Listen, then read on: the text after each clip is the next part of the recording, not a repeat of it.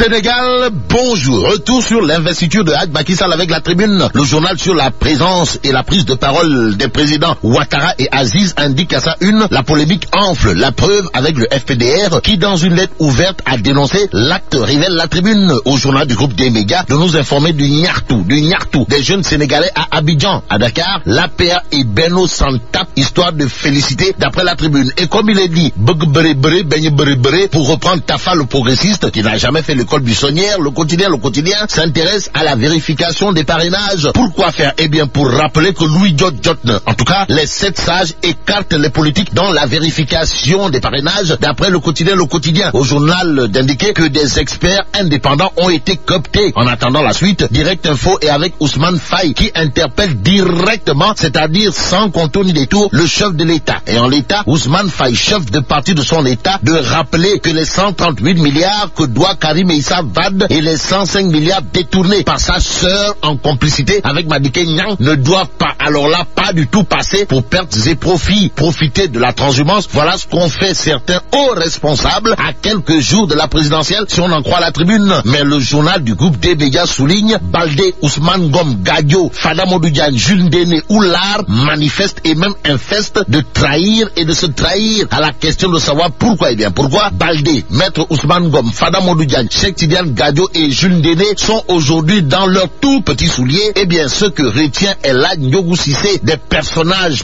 personnes précitées porte sur le fait qu'ils ont ravalé leur vomissure en public après avoir accusé Macky Sall de tous les péchés d'Israël. Bon, Baldé, Gadio, Maître Ousmane Ngom, Fada et Jules Ndéné qualifiés à tort ou à raison d'apostats politiciens dans La Tribune, le journal Direct Info pendant ce temps envoie la Sénélec au diable. Bon, fourniture d'électricité, Direct Info révèle en tout cas que la Sénélec rate complètement le train de l'émergence. Pourquoi la Sénélec prend-elle les créatures du bon Dieu pour des canards sauvages d'après Direct Info? Eh bien, le journal nous informe par exemple que c'est la croix et la bannière pour obtenir un simple compteur de courant. Que retenir d'autres des Ndiahoum et des Gatier de la Sénélec Tapalélec d'après Direct Info, sinon l'incompréhensible tapage publicitaire pour une société qui détient le monopole. Série sur le gâteau, la Sénélec, ce sont des factures relookées et un logo changé pour que dalle à coût de centaines de milliards, explique Direct Info. L'info des échos gravite autour de la nouvelle équipe de la ville de Dakar. En tout cas, à la mairie de Dakar, Bamba Fall devient le premier adjoint. Bon, les échos au sujet de la construction d'écoles et la brèche de Saint-Louis titre, les ministres de Macky Sall accablent Wade attaqué par Serigne Mbaye Thiam d'après L'As Quotidien. Le fait que selon monsieur le ministre de l'Éducation nationale, certains enseignants ont été recrutés sans concours et beaucoup étaient des recommandés sous Wade, sous Macky Sall. L'As Quotidien de rappeler qu'il est question des marches et des grèves. En tout cas, les syndicats harcèlent le gouvernement. Voilà le titre qui barre la une de L'As Quotidien. Enquête semble dire